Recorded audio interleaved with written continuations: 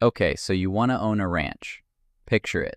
Open land as far as you can see, cattle grazing at sunrise, a truck kicking up dust on a dirt road that's entirely yours. No boss, no office, no commute.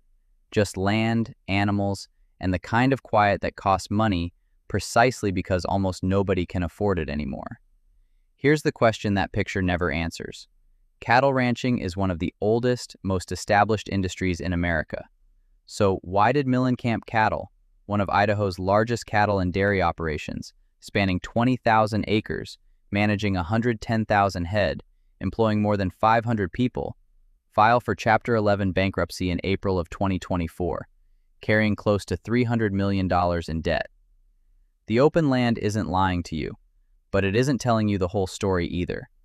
A ranch isn't really a livestock business.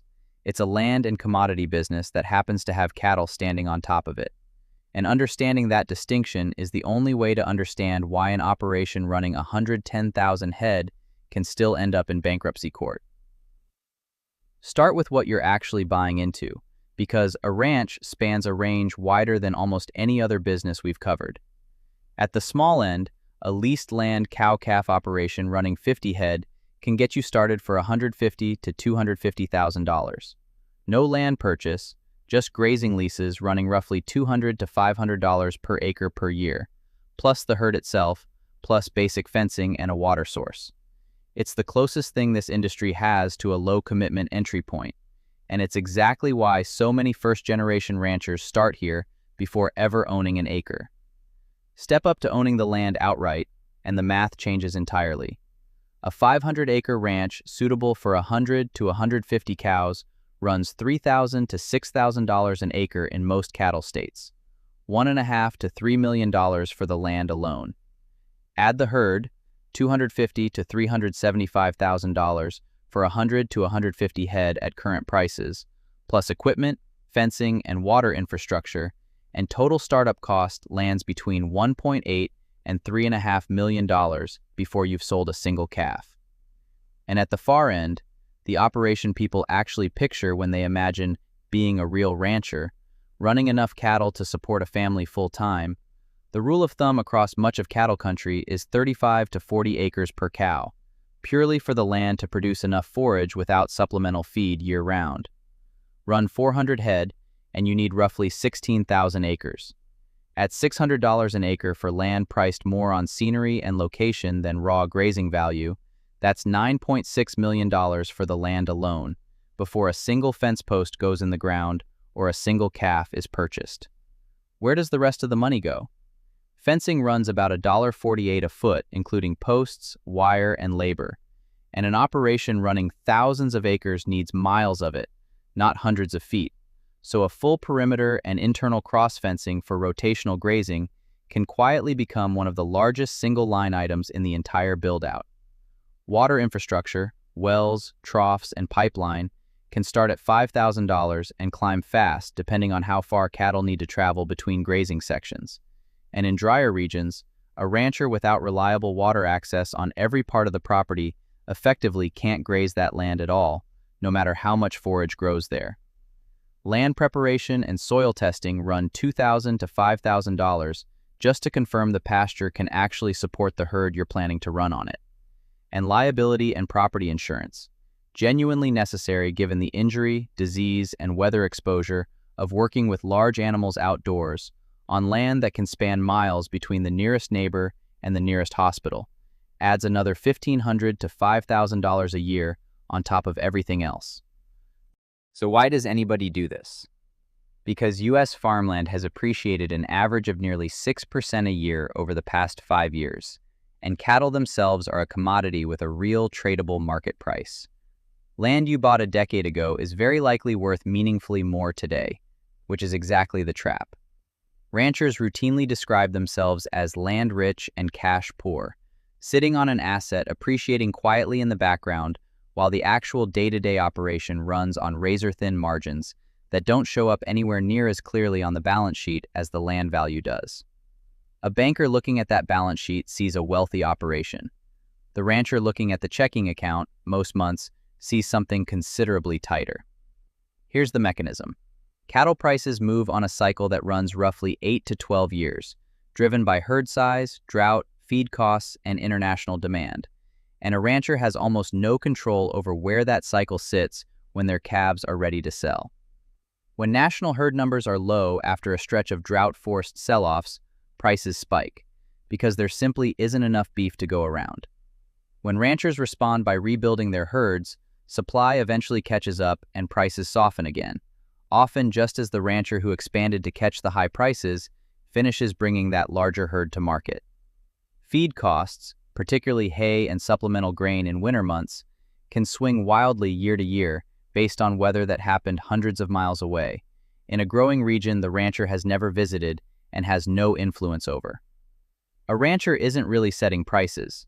They're managing costs against a revenue number decided almost entirely by forces outside the ranch gate, which is a fundamentally different kind of business than a coffee shop or a gym, where the owner at least controls the price on the menu and the hours the doors are open. Now, the two pressures that sit underneath almost every ranch failure. The first is debt taken on to expand.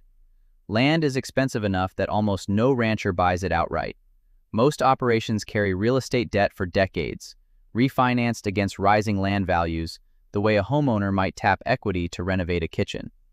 That works beautifully while land values keep climbing and interest rates stay low, which is exactly the environment that tempts a successful operation to expand into a second property, a feedlot, or in Millenkamp's case, an entirely new line of business. It becomes dangerous fast when rates rise, because non-real estate farm loans at commercial banks jumped roughly 25% in a single year through 2024, and interest expense on agricultural debt has climbed to decade-high levels right alongside it, meaning the same expansion loan that looked conservative when it was signed can require a dramatically larger annual payment by the time it comes up for renewal. The second is the sheer unpredictability of the two numbers on either side of the ledger. Cattle prices swing on a cycle nobody on the ranch controls. Weather determines whether pasture land produces enough forage or whether expensive supplemental feed becomes mandatory for months at a time. And a single severe drought can force a rancher to sell off breeding stock early just to afford feed for the animals they keep, which quietly shrinks next year's calf crop and next year's revenue at the exact moment cash is already tight, compounding a bad year into a bad 2 years. Which brings us to Millenkamp Cattle. Founded in 1996 by Bill and Susie Millenkamp on 40 leased acres near Jerome, Idaho, with a handful of calves and a small operating line of credit, the operation grew over nearly 3 decades into a vertically integrated agribusiness, spanning beef and dairy cattle, custom harvesting, and trucking, eventually managing roughly 110,000 head across 20,000 acres. The bankruptcy didn't come from the cattle business failing. It came from a $250 million dairy expansion project and a dispute with two major lenders, Rabo AgriFinance and MetLife Investment Management. By the time Millenkamp filed Chapter 11 in April of 2024, the company was carrying debt including over $180 million to MetLife alone, another $96 million to Rabo AgriFinance, and close to $28 million in unsecured trade debt. Total liabilities estimated between $500 million and $1 billion. The company secured a $45 million debtor-in-possession loan just to keep operations running, and agreed to sell off 2 key properties toward debt repayment. The cattle were fine, the land was fine. The debt structure built to fund rapid expansion into dairy wasn't. This isn't an isolated story. U.S. farm bankruptcy filings under Chapter 12 climbed to 315 in 2025, up 46% from the year before, driven by falling cash receipts, rising input costs, and interest rates that show no sign of retreating. Both patterns trace back to the same root cause. Not bad land, not bad cattle. A gap between how much debt an operation took on to grow and how reliably commodity prices and the weather actually delivered the revenue that debt assumed would show up. So how does a ranch actually make money, mechanically? Revenue equals herd size times calving rate times sale weight times price per pound minus feed minus land costs or lease payments minus veterinary and equipment expenses. Take a 100-cow operation. At a typical 90% calving rate, accounting for the cows that don't successfully produce a calf that year, which is normal, not a sign of mismanagement. That's 90 calves a year.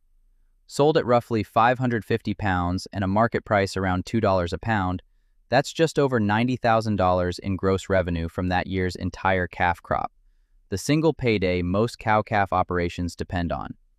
Against feed costs that can run $400 to $800 per cow annually, depending on how much supplemental hay a hard winter demands, veterinary costs for vaccinations and the occasional emergency, equipment maintenance on trucks and tractors that don't get any cheaper to repair out in cattle country, and land expenses whether owned or leased, the margin on a modest herd this size is thin enough that a single bad drought year or a soft cattle price cycle can erase most of it, and there's usually only one calf crop a year to make up the difference.